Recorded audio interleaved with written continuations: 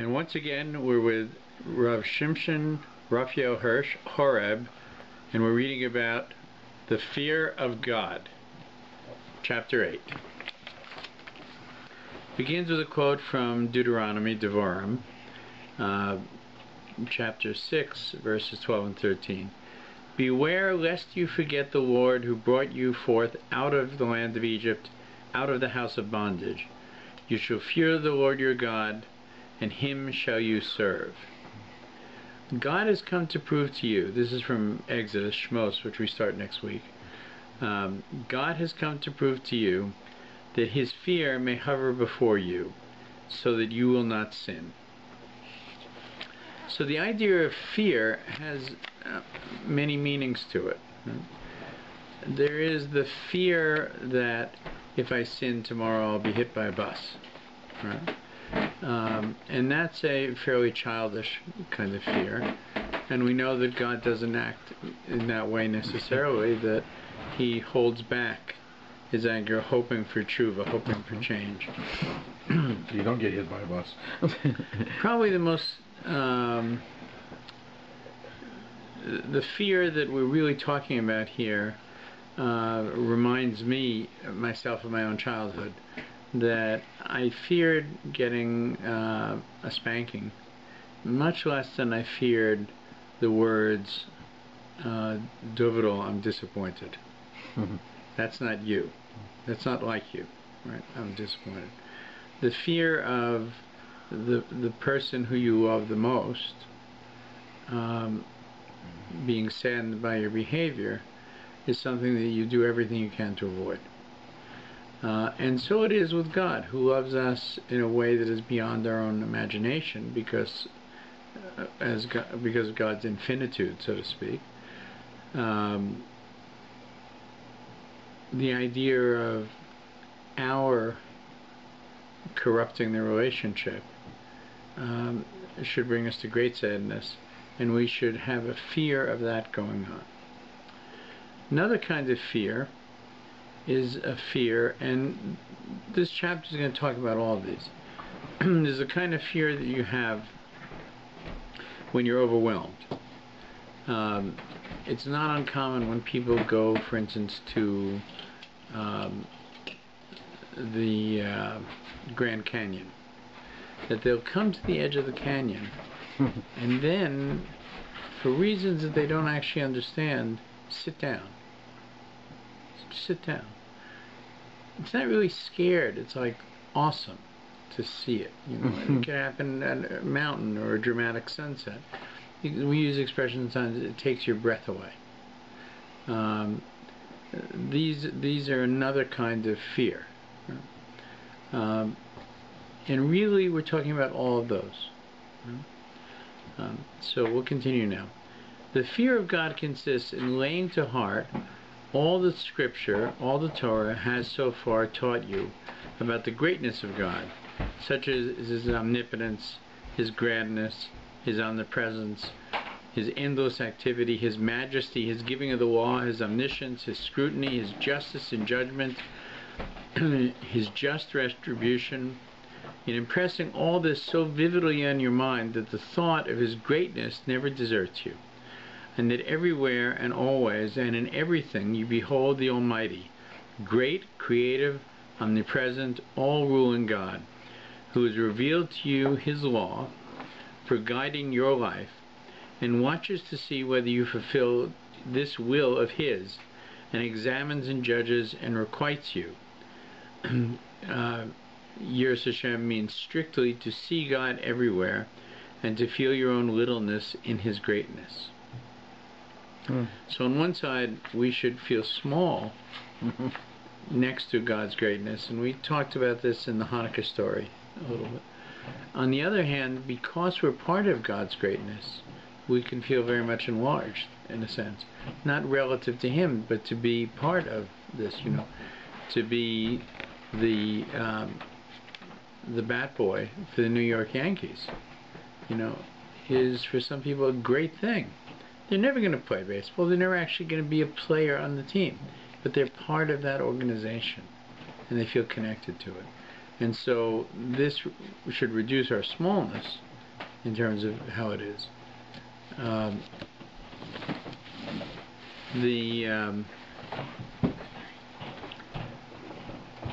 So it goes on to say, if you have a vivid conception,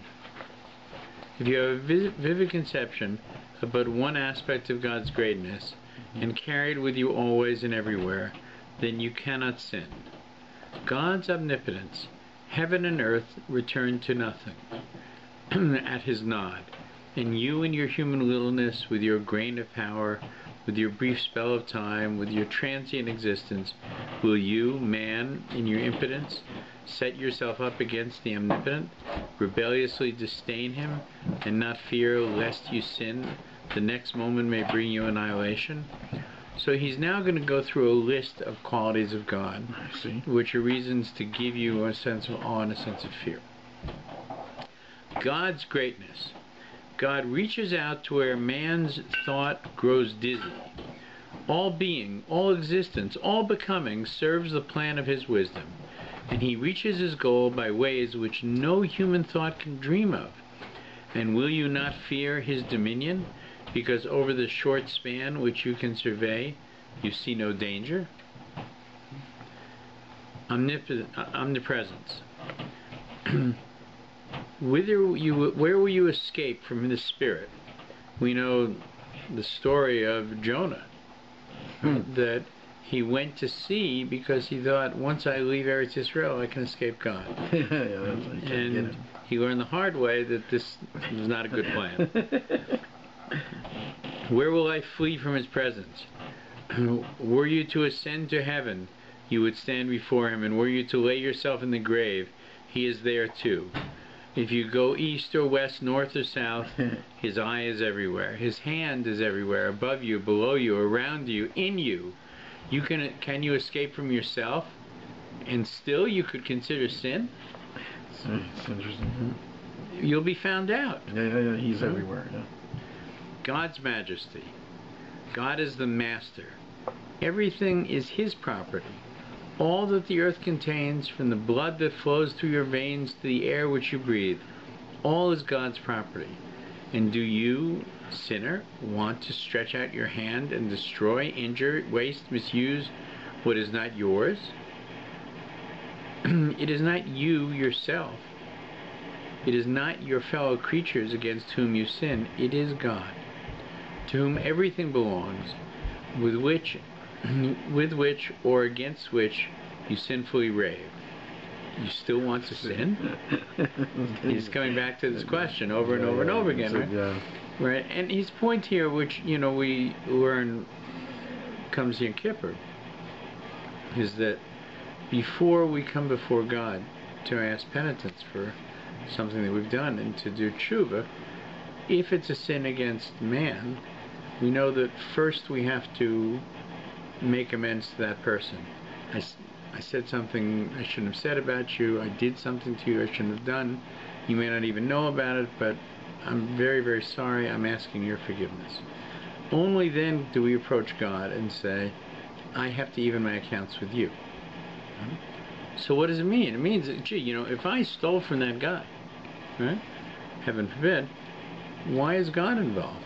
I'll go, give him the money back, ask for forgiveness. It's done. Hirsch's point, no, it's not done. Yes, you have to do that. Right? But because you're operating in the universe God created, and within the guidelines that God gave you, one of which is do not steal, not only did you commit an offense to the person you took it from, but you violated the laws of the land, so to speak. So giving the money back is actually not enough. And asking forgiveness is not enough. You have to go to, in a sense, to the government and say, I'm sorry as well. In this case, it's to God, right? Because all property, all existence emanates from God. So, and God has given us the rules. If we broke the rules, that's where we have to go before the slate can be clean. But God says, don't come to me until you deal with my creation first and get forgiveness from my creation. Revelation of the law. See now, the God whose law meets you everywhere in the blade of grass which blossoms and withers and is no more, in the stone which you see fall to the ground, in the stars which circle far above you. That same God has enjoined you on the law of your life, for you to follow freely. And will you, misusing this high confidence, sin against God's law? Yeah. So he's pointing out something here, and that is that we think of law very often in terms of, civil law, criminal law, right? But there is another law which scientists think of, the law of relativity, the law of gravity. All of those laws that science in the last few thousand years has discovered and calls laws are in fact laws. They are put in place by the great legislator. They are laws that God creates. Now, by the way, as we know, part of the nature of miracles is to alter those laws temporarily, to make vinegar burn, to make a candle burn that should burn for 1 day, a pot of oil burn for 8 days, to see the sea split. Right? So all of those things are a violation of the law, so to speak, but permitted because they're done by He who creates the law. Omniscience. Do you walk in darkness, unseen of men, and do the deed and not perceive the eye of God which looks on you and into you?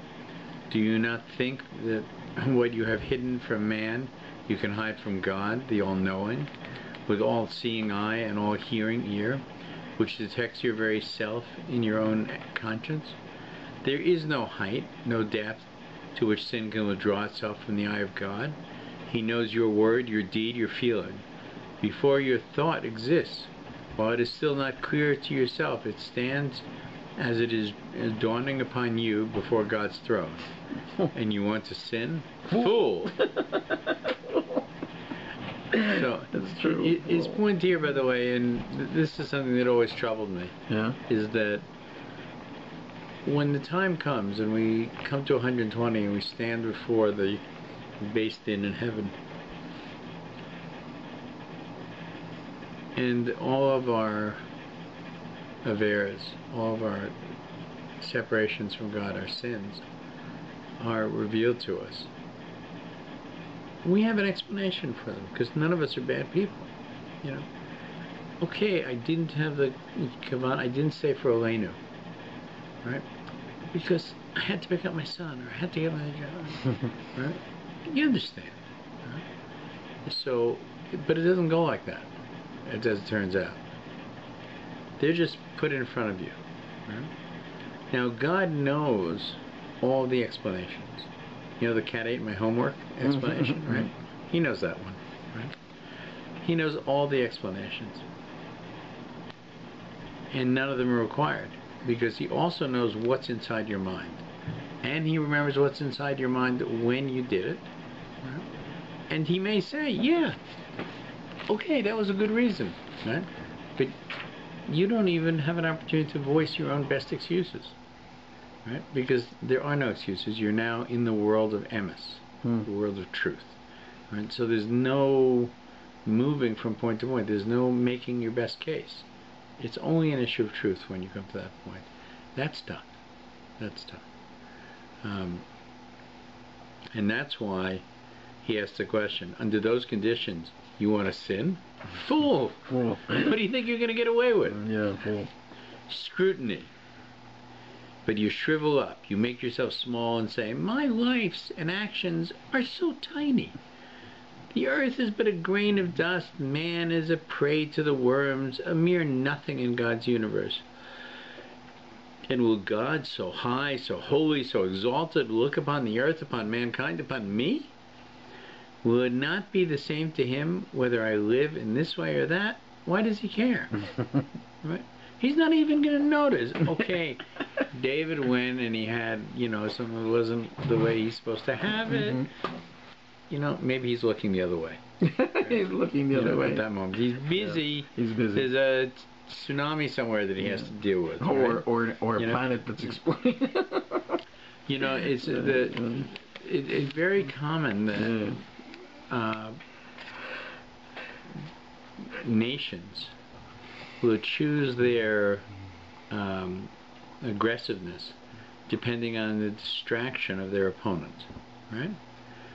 If America is very busy in Afghanistan, right, it's a good opportunity for Iran to try something, or for North Korea to try something, right?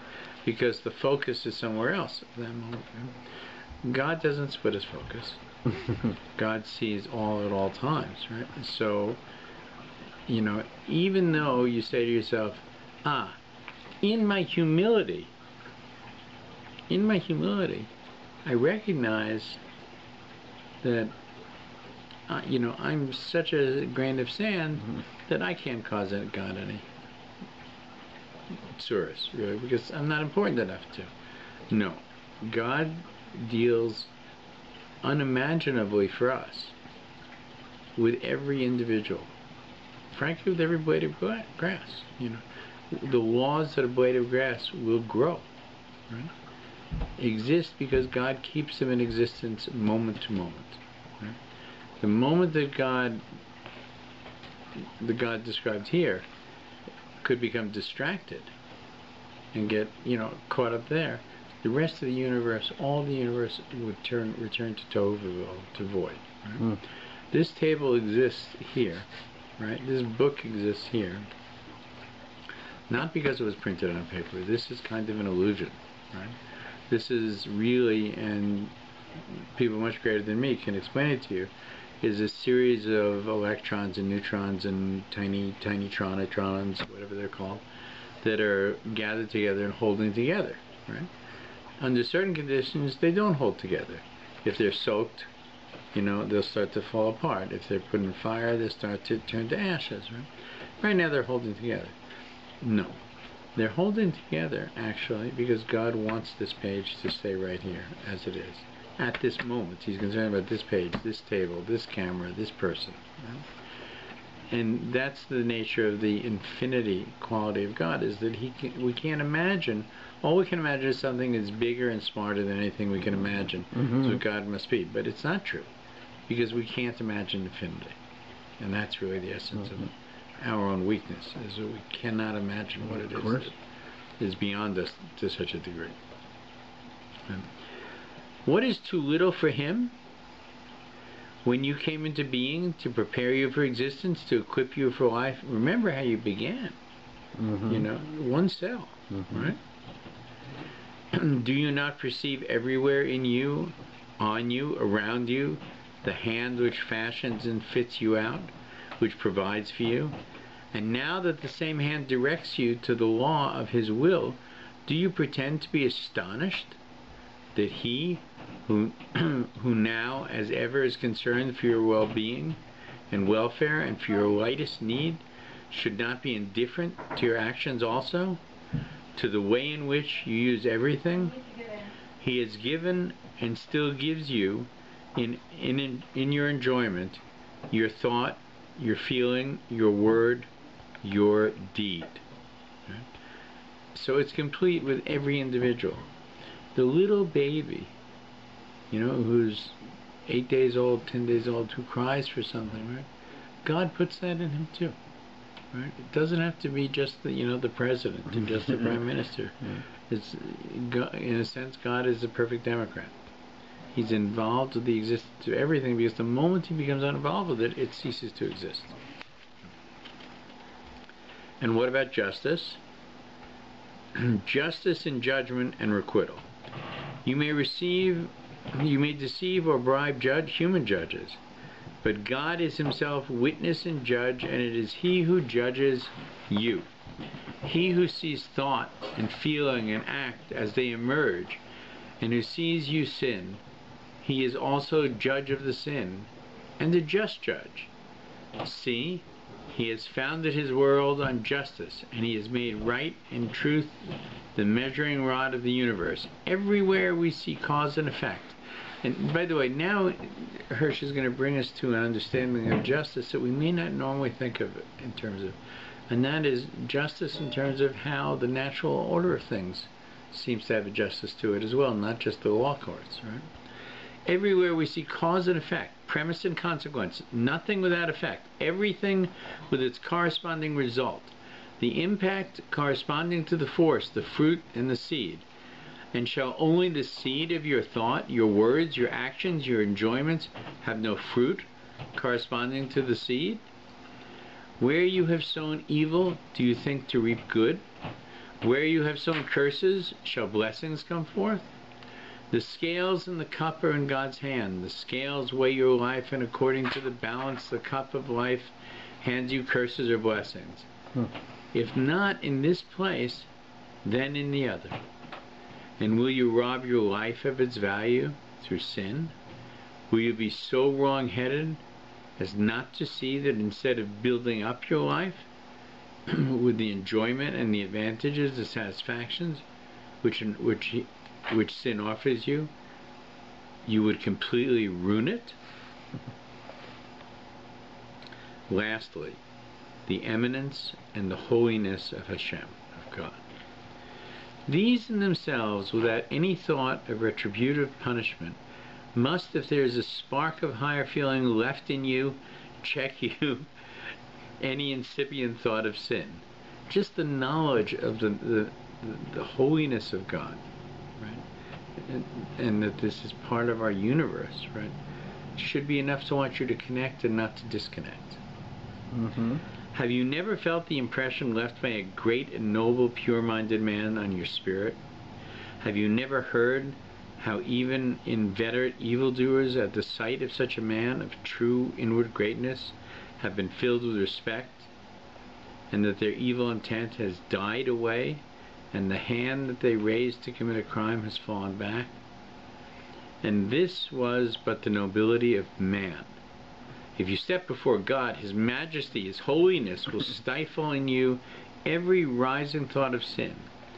It is the purest fear of God, difficult to attain, hardly easier to describe. It is the kind of fear that I was talking about earlier, the fear of such an entity, such a... The majesty is not as big enough word. That's right.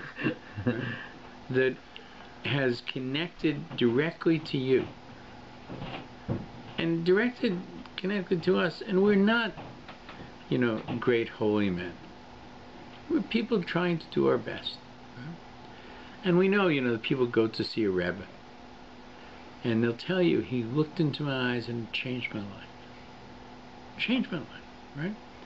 And it's not just with the Rebbe.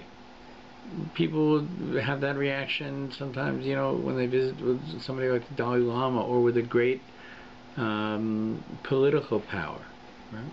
It's usually spiritual connection. How could it not be for us? Do we really need to look into the eyes of God? We can't live if we do. Yeah. So let us imagine if meeting with a Rebbe or meeting with, a great personage changes our life. How much more so every morning when I open our eyes and we meet with God, should it change our lives as well? Early in life, therefore, and he's talking to us, sons and daughters of Israel, open your minds to the greatness of your God. Advance with your fathers to Har Sinai. And just as they beheld their God's greatness, majesty, omnipotence, behold how He, and He alone, is in everything, in the greatness as in the smallest, and the whole universe is enclosed in His greatness. So do you everywhere stand at Sinai. Let God everywhere reveal Himself to you, in everything, great and small. Seek Him everywhere. Everything that has been, which is, and which will be, above all, everything which has happened and will happen to you. Refer everywhere and always to God. Every incident in your life is impacted by God. And think of it as being only from God. So will every creature, even the smallest, every change, even the slightest, every fleeting moment, shall recall God to you. The omnipotent, holy God will be everywhere present to you in His all-embracing greatness, so that you may be servants to him and not sin. Show that you are the descendants of those who beheld the greatness of God in Egypt, at the Yam Suf, at the Red Sea, and at Har Sinai, Mount Sinai. Now, I'm wondering if we could continue a little bit into No the problem. love of God. The love of God is... I don't think we'll finish it. It's a few pages.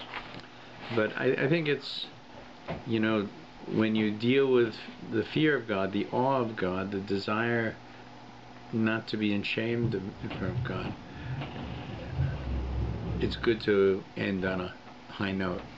I think that, you know, when Gehenna is described, when hell is described, people often describe it in very dramatic terms. Fire, you know, lashes, pitchforks. It's very dramatic. It sounds a lot like a steel plant, actually, if you've ever been in a big steel plant. But really, the essence of the punishment that we suffer when we get to Gehenna is shame. It's shame. And it's very painful. I think that all of us at one time or another got caught with our hand in the cookie jar by our parents, right? Whatever it was. And it was something that we were very ashamed of. And we can remember usually that moment vividly in our lives, and painfully. And I know in my own case that I always wished that I would get punished and it would be gone. Whatever it was, punished and gone. That the shame is something that seems to draw out time. So that if you can imagine 11 months, which is the maximum that you spend in Gehenna, confronting the shame of either that which you did wrong or that which you failed to do right, the potential that you didn't live up to. You can imagine that those 11 months could feel like year upon year upon year upon year, like you never got out. You know, I think I mentioned before Einstein explaining his theory of relativity, right? He said that when a person sits for a moment on a hot stove, right, they feel like they sat there for an hour.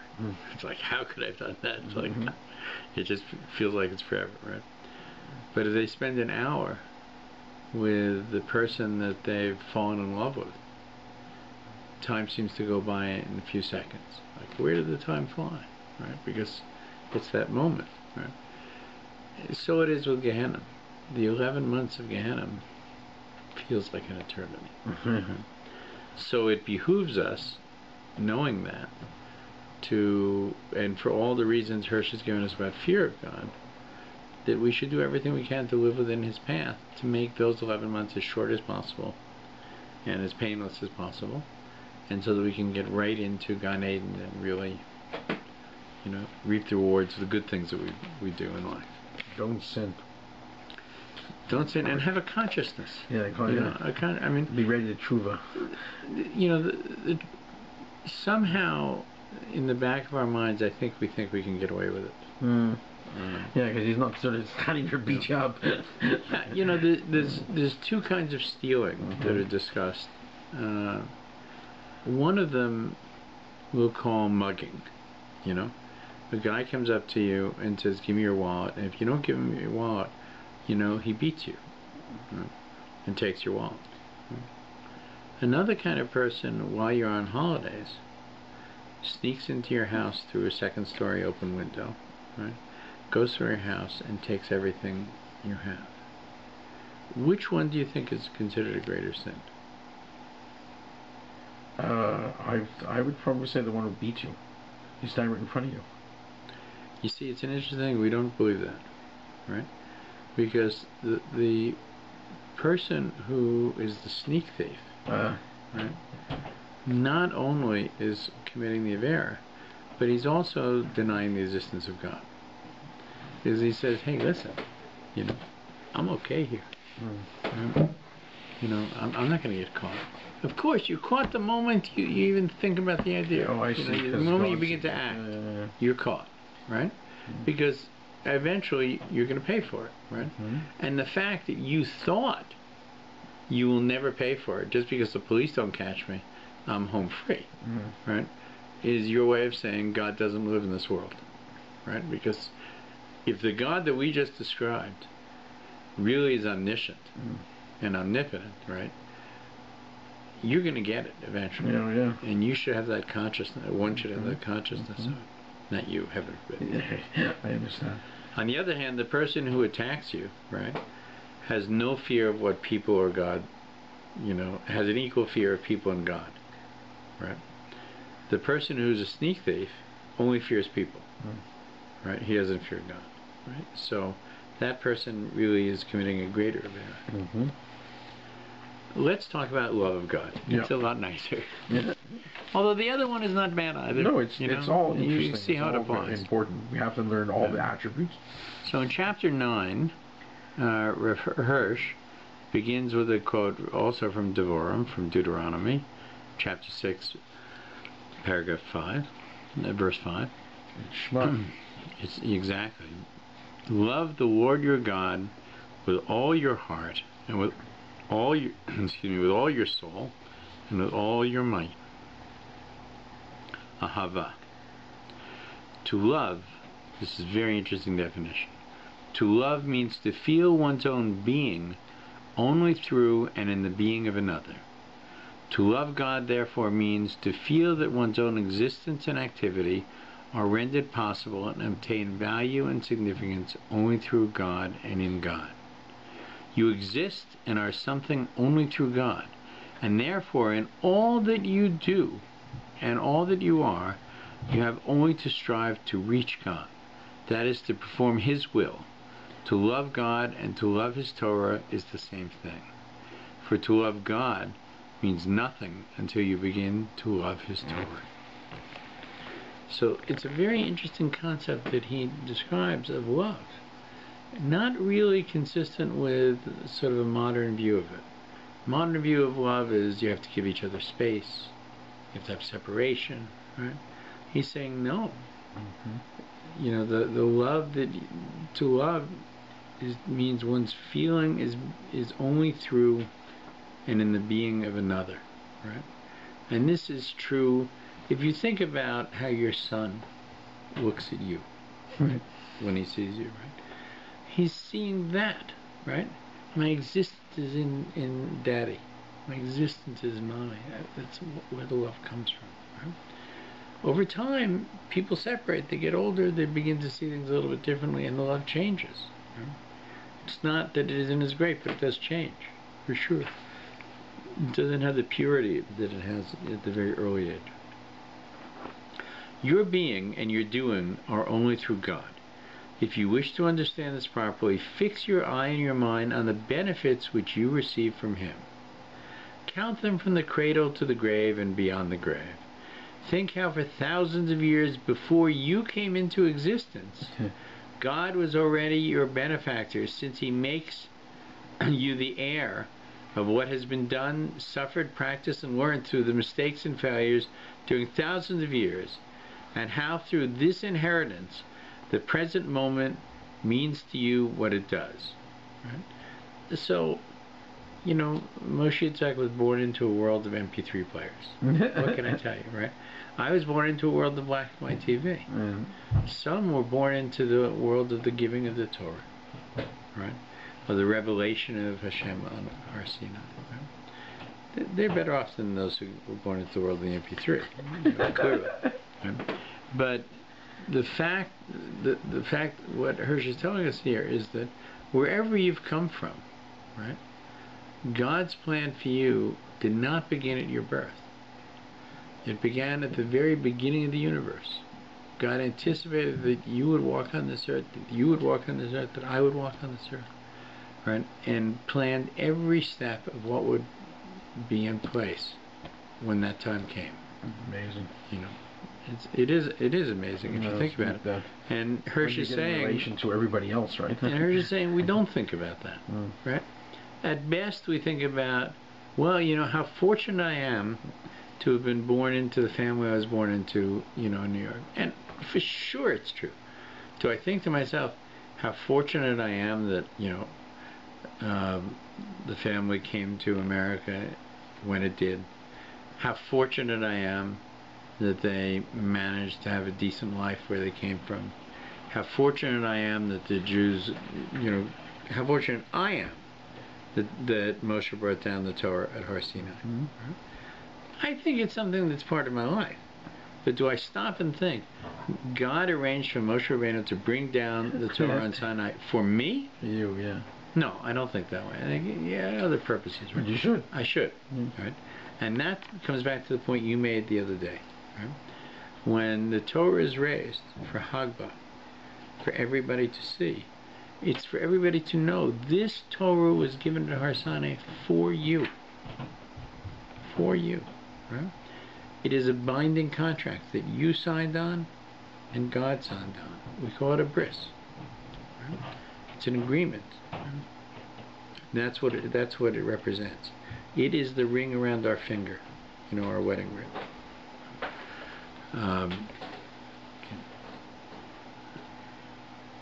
Count your physical powers, your material means and resources, the fellow men whose association is so useful to both you in body and in mind.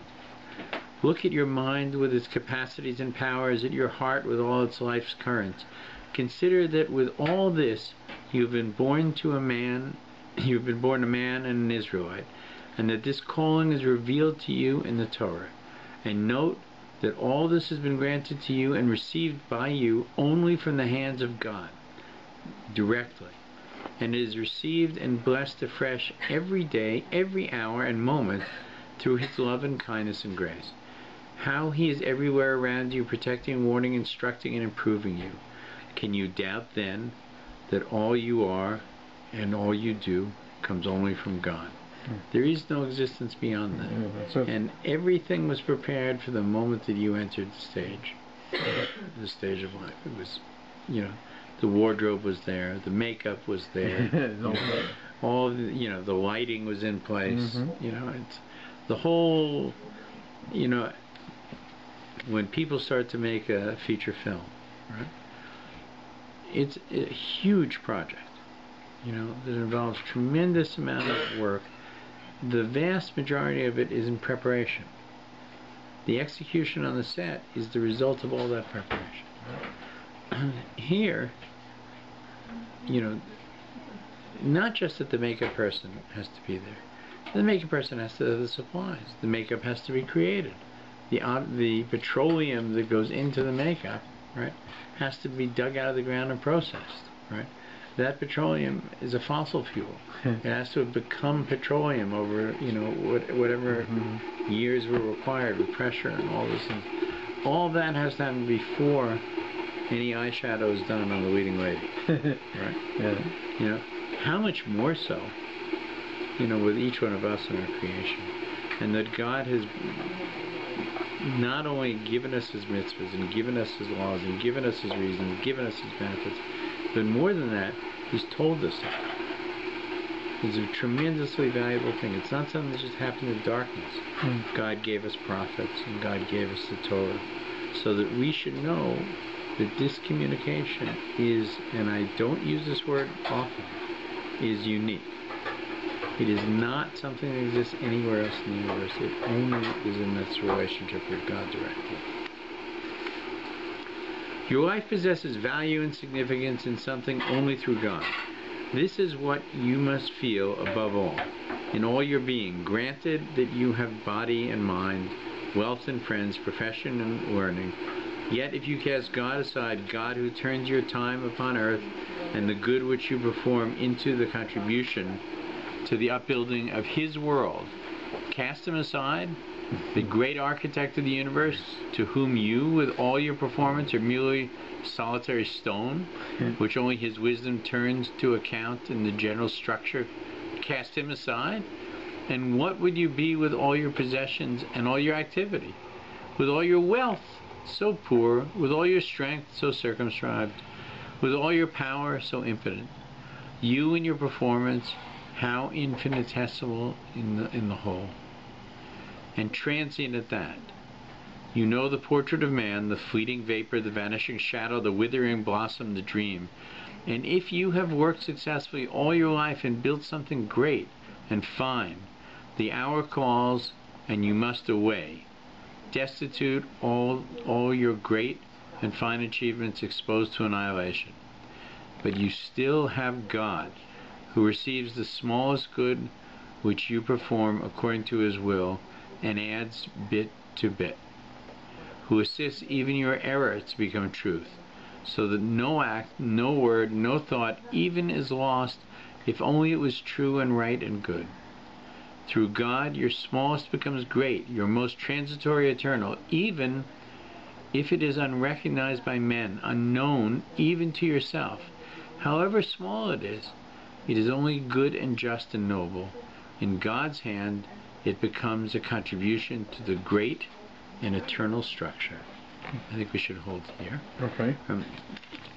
But his point, and I think he tells us both sides of this point, on the side of fear and on the side of love. On the side of fear, it's don't think because God is so great and the universe is so great and you're so little that it doesn't matter. Not only does it matter, but it will be known eventually, whatever it is. And now he tells us the same thing here. He says, you may do good and not even know that you do good. Mm-hmm. You know, I was speaking with Rav today, and I told him that from my observation that he was doing a wonderful job, a brilliant job at affecting the nature of his kehillah, of his congregation, of his shul, and that I thought he'd done it very smartly. He said to me, I don't really take credit for it in that sense. I think maybe it's instinctual. So when we do something by instinct, we think there's something. Okay, great. You know, how did it happen? But here we learn no. Everything, every small thing, for good or for bad, in God's eyes is central and consequently magnified. So it means that, you know, at the end of the day, when you pass somebody on the street and took the time to say hello and smile, right? You think to yourself, what was that about, right? Or on the other hand, someone passes you on the street, smiles and says hello, and you look down and frown, right? You know, some will go on and smile at somebody else, and someone else will smile to them. Big deal. No, it is a very big deal. Right? And this is the point, is that God put us here, and we're here for many reasons, but mostly to fulfill His Torah, right? And His Torah says specifically, greet every man before they greet you with a smile. Good word, right? And sometimes I see, you know, a person who is at a much higher level of observance than perhaps I am. And I see them rushing to me to say hello, and I think, what's this about? You know, it's me, right? But they're fulfilling the Torah. And in doing so, making me feel like I'm really part of this system. I'm part of this world. Right? You may see it at shul yourself. You know, that people, sometimes you can't understand, why are people so pleasant to me? What did I do? You know? They're so pleasant to you because that's what God wants them to be. And God wants you to do the same. Right? And He's saying the simple movement of, you know, a few muscles here and here that create a smile. Right?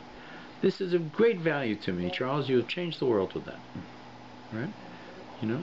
And so we shouldn't always think that our accomplishments require bringing the luchos down from Har Sinai. You know, it's Moshe Rabbeinu's job. Right? Our job is no less difficult, but not nearly as big. You know, but it's no less difficult because it takes focus. The quality of Moshe Rabbeinu was that he never lost focus. He knew what his responsibilities were and what he was to do, and he never ever let that slip. Right? This was his quality. Right? If we could do that in our own lives, we would bring Mashiach a lot closer. Sure. And we'll close here. Okay. Thank you.